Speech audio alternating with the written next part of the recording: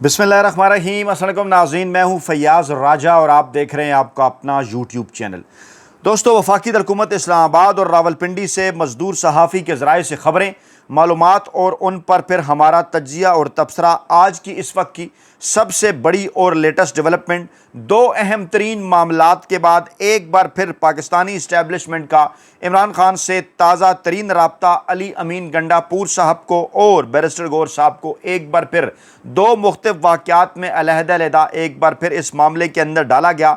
दोनों की एंट्री हुई है। पाकिस्तानी इस्टेबलिशमेंट का जो ताज़ा तरीन राब्ता है उस हवाले से रात गेट दावा किया जा रहा है कि जनाब इमरान खान साहब के नुमाइंदे से नतीजा खेज़ मुज़ाकरात करने की कोशिश की जा रही है। कप्तान की रहाई के लिए पाकिस्तानी इस्टेबलिशमेंट ने ताज़ा तरीन पेशकश की है और सिर्फ एक शर्त पहुँचा दी गई है इमरान खान साहब तक। गंडापुर साहब ये दावा कर रहे हैं कि जनाब उन्होंने फील्ड मार्शल साहब को राज़ी कर लिया है। दूसरी जानिब बैरिस्टर गौहर साहब को अदलिया से उम्मीद है।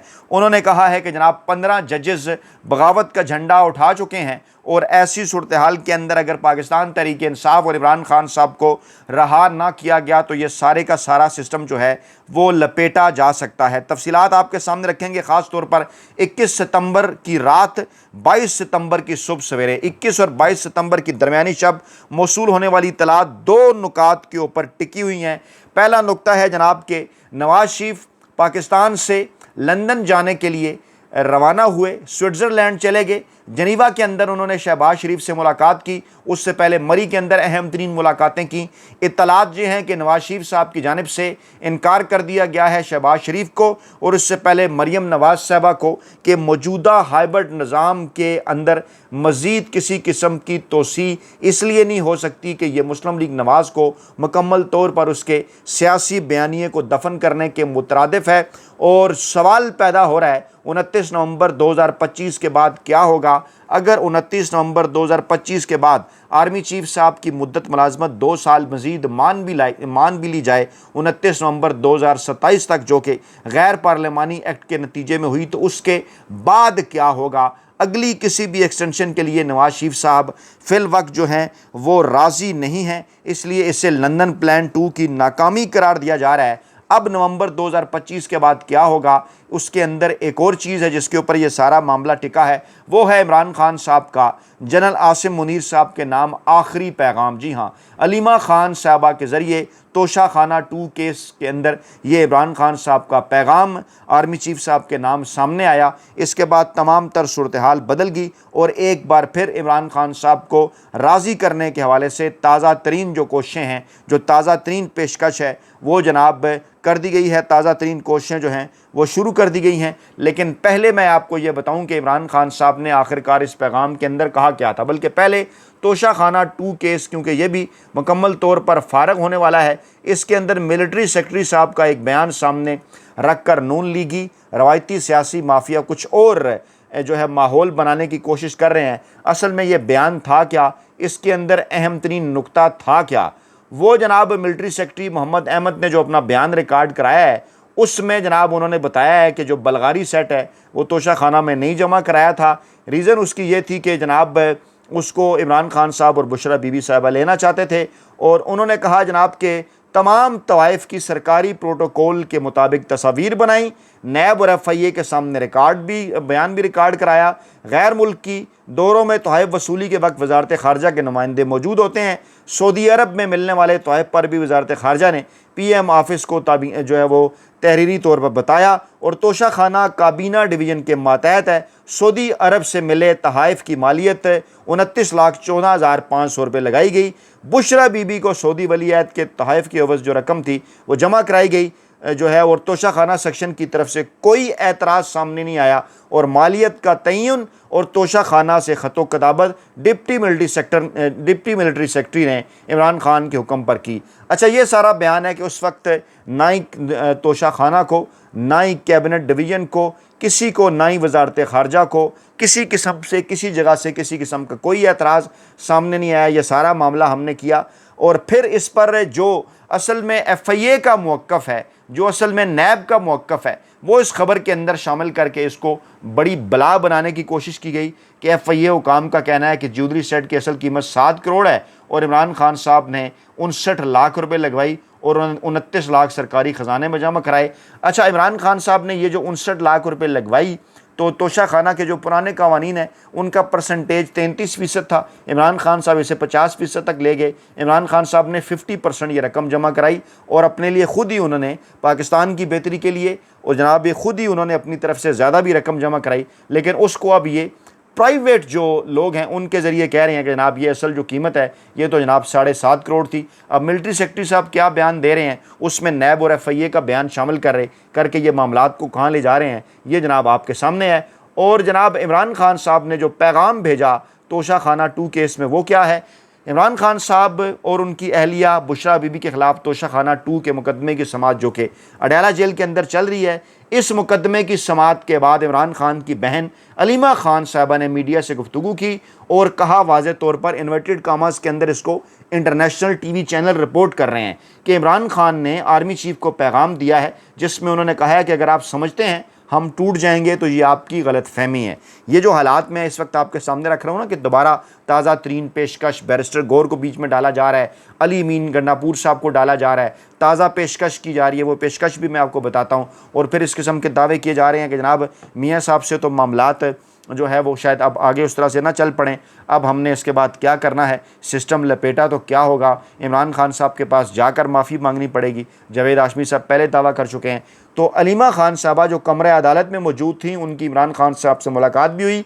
उनके मुताबिक मुलाकात में इमरान खान साहब ने आर्मी चीफ को ये पैगाम भेजा कि आप जो मर्ज़ी कर लें, मैं ग़ुलामी कबूल नहीं करूँगा। अलीमा खान ने कहा कि इमरान खान साहब ने यह भी कहा कि जनरल ज़िया खान ने भी अपने इक़्तिदार के लिए यही सब कुछ किया था जिसके नतीजे में मुल्क टूट गया था। अलीमा खान साहबा ने यह भी कहा कि इमरान खान साहब ने आर्मी चीफ को मुखातिब करते हुए कहा कि आपने अपने इक़्तिदार के लिए पाकिस्तान तहरीक इंसाफ को कुचला। ये अलीमा खान साहबा के अल्फाज BBC भी रिपोर्ट कर रहा है, पाकिस्तान के TV चैनल, अखबारात और वेबसाइट आप तक नहीं पहुंचा रहे। हम मजदूर साफ़ी के प्लेटफार्म पर इंटरनेशनल वेबसाइट्स और TV चैनल से ये तमाम तर चीज़ें तर्जमा करके आपके सामने रख रहे हैं कि जनाब अलीमा खान साहबा ने क्या कहा इमरान खान साहब के हवाले से। उन्होंने आर्मी चीफ को मुखातिब करके कहा कि जनाब आप जो मर्ज़ी कर लें, मैं ग़ुलामी नहीं करूँगा, मैं टूटूँगा नहीं। और आपने अपने इक़्तिदार के लिए पाकिस्तान तहरीक इंसाफ को कुचला, अदलिया को कंट्रोल करने के लिए 26वीं तरमीम मुतारफ़ कराई, मीडिया को मुकम्मल तौर पर कंट्रोल कर लिया गया है, जबकि रूल ऑफ लॉ और जमहूरियत का गला घोंटा गया है। अलीमा खान के मुताबिक इमरान खान ने यह भी कहा कि पाकिस्तान में आपके दौर में, इस दौर में बाहर से सबसे कम सरमाकारी आई है, पाकिस्तान का कर्जा डबल हो गया है और आपने कौम को मकरूज कर दिया है। अफगानिस्तान को धमकियां देकर अफगानों को पाकिस्तान से निकाला जा रहा है और इलेक्शन होता है पाकिस्तान के अंदर, अवाम पाकिस्तान तहरीक इंसाफ को वोट देते हैं। मैंने इलेक्शन से पहले पेशगोई की थी कि पाकिस्तान तहरीक इंसाफ क्लीन स्वीप करेगी, वही कुछ हुआ। जब ये सब कुछ हुआ तो आपने चोरी कर लिया पाकिस्तान तहरीक इंसाफ का मंडेट और जाली फार्म 47 बनाकर इक़्तिदार नवाज शरीफ और जरदारी के हवाले कर दिया। पहले भी पेशन गोई की थी, उन्होंने कहा मैं दोबारा पेशन गोई कर रहा हूं कि पाकिस्तान इस वक्त बांग्लादेश, श्रीलंका और नेपाल जैसे हालात की तरफ बढ़ रहा है।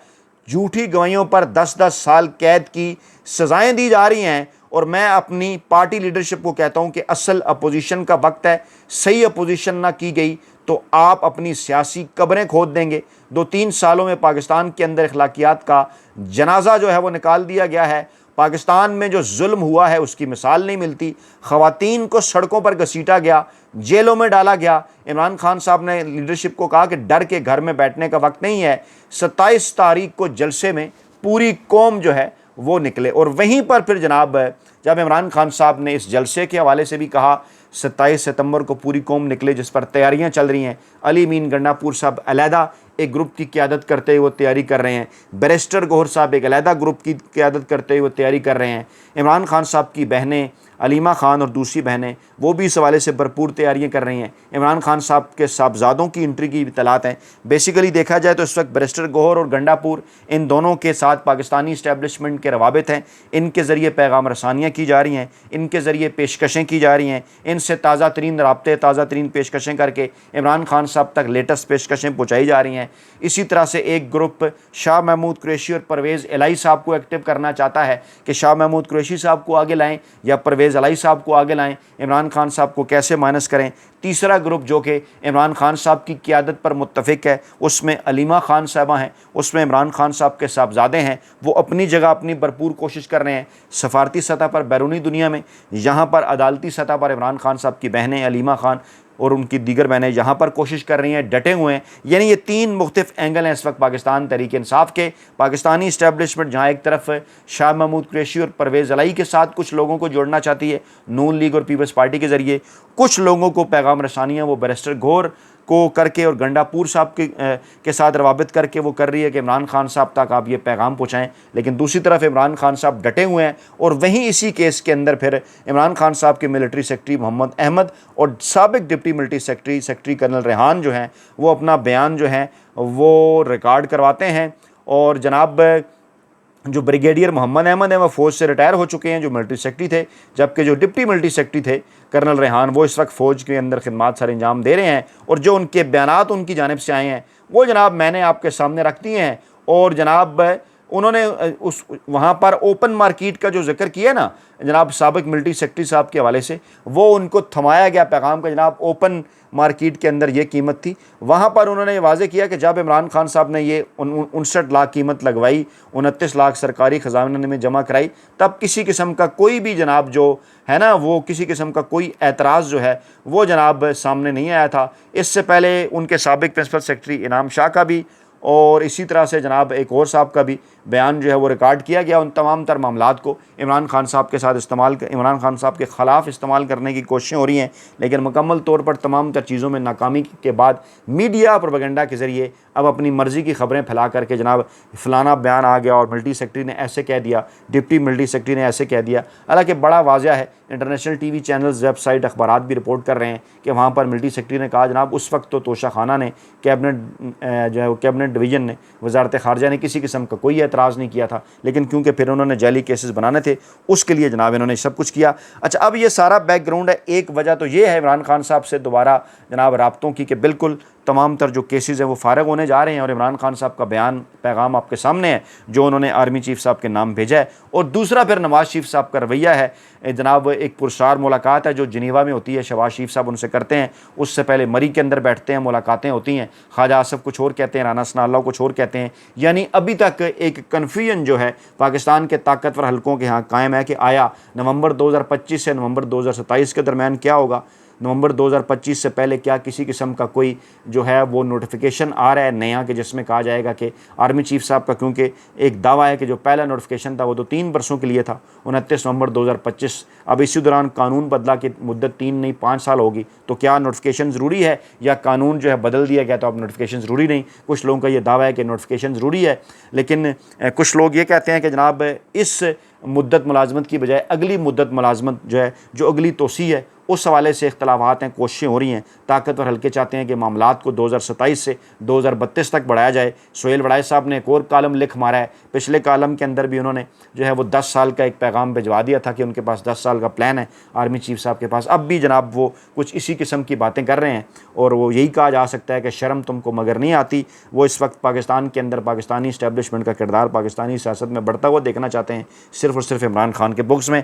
अब जनाब ये है एक तरफ सारा माहौल, और दूसरी तरफ अब जो हमारे पास ताज़ा तरीन इतलात हैं, रात के 20 और 21 सितंबर की दरमियानी शब, 20 सितंबर की रात और 21 सितंबर की सुबह सवेरे, माफ़ कीजिएगा 21 और 22 सितंबर की दरमियानी शब, 21 सितंबर की रात और 22 सितंबर की सुबह सवेरे जो हमारे पास जो इतलात आ रही हैं वो जनाब ये बता रही हैं कि जो बैरिस्टर घोर साहब हैं वो अपनी तरफ से तमाम तर कोशिशें कर रहे हैं, दावा कर रहे हैं पाकिस्तान तहरीक इंसाफ के हलकों के अंदर कि जनाब जो है वो सिर्फ़ और सिर्फ जो नतीजा खेज़ मुज़ाकरात हैं, जो नतीजा खेज़ मुलाकात है वो मेरे से ही हो सकती है, पहले भी हुई थी और अब भी इंसार अब्बासी साहब ऐसी खबरें कर रहे हैं कि बैरिस्टर घोर के ऊपर इस्टेबलिशमेंट का एतमाद है। दूसरी तरफ जो अली मीन गंडापुर साहब हैं वो जनाब अपने दावे कर रहे हैं, वो सबको ये बता रहे हैं कि मैंने फील्ड मार्शल साहब को दोबारा मुज़ाकरात के लिए राज़ी कर लिया है और एक शर्त के ऊपर मामलात आगे बढ़ सकते हैं। वो शर्त भी उन्होंने पहुँचा दी है इमरान खान साहब की बहनों तक, और वो कहना उनका ये है कि मेरी तो मुलाकात नहीं हो पा रही, आपकी अगर जो है वो मुलाकात हो तो आप ये पैगाम इमरान खान साहब तक ज़रूर पहुँचाएँ। वो ताज़ा तरीन पेशकश क्या है,